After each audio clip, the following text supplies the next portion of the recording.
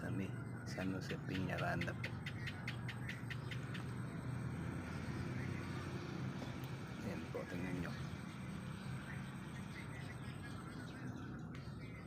Sul na sul po guys yung tubig.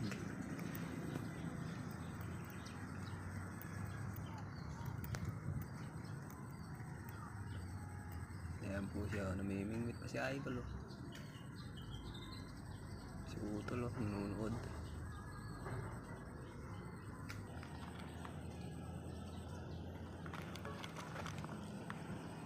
Guys, ayan naman yung tore.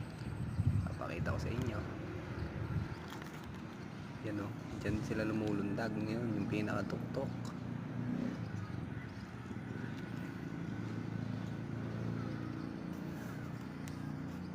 Ganda po ng tanawin dito.